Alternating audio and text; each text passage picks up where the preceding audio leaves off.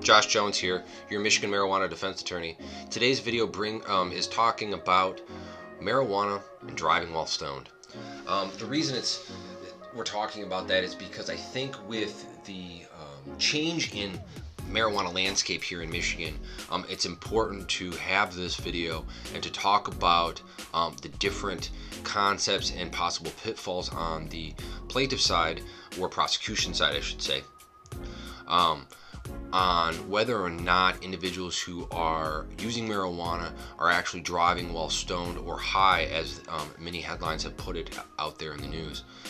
The reason that I want to bring this up not only is because of the vast misconception of a lot that's going on throughout the United States and also here in Michigan, but also because I think that the increase in individual users, at least known users, makes this such a hot topic and such an important topic to identify here.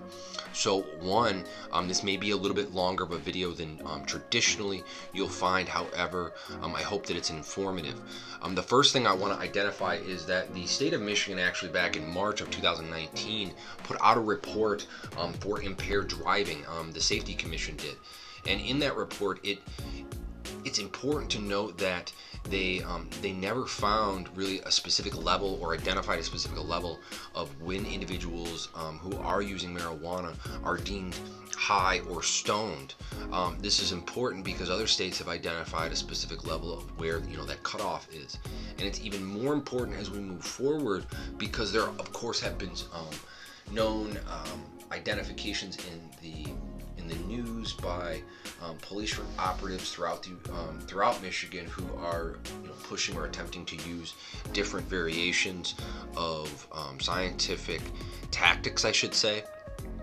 And the reason I say tactics is because I don't believe there's any scientific backing of, again, an identification of an actual high when we're talking about after use.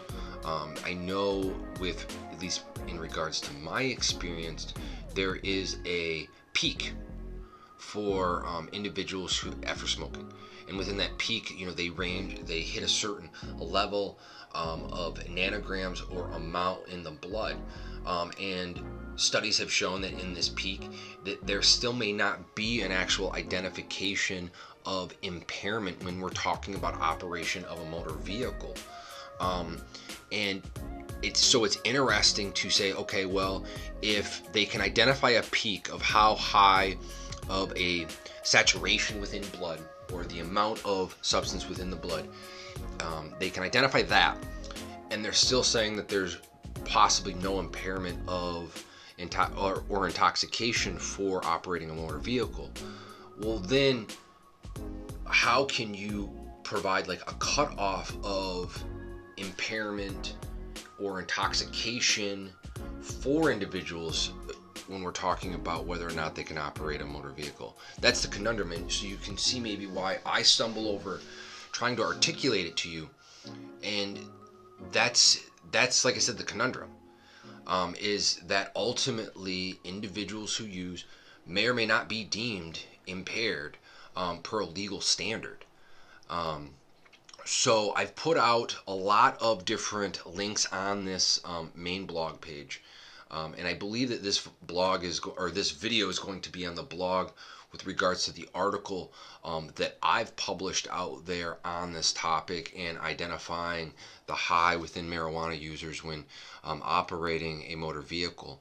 I urge you to look at the other links. The other links are going to talk about when an officer may or may not be able to determine or believe that you may be even have used marijuana in the past. And I hesitate and kind of stumble because I don't want to automatically identify someone who's using or has used recently to being intoxicated or stoned or high, at least in the grand realm of what we're talking about, which again is the legality of can they operate a motor vehicle. Because I think each of the individual links, when you look at them that are tied to this, will show specifically what I'm talking about.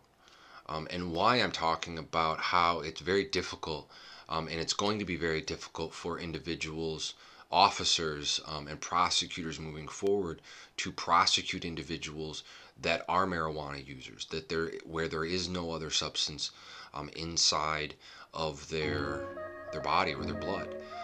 I'll also be including some links just in regards to the implied consent laws here, and there will be some videos on that later on, and just in drunk driving in general, because these do kind of overlap and complicate the matter even more.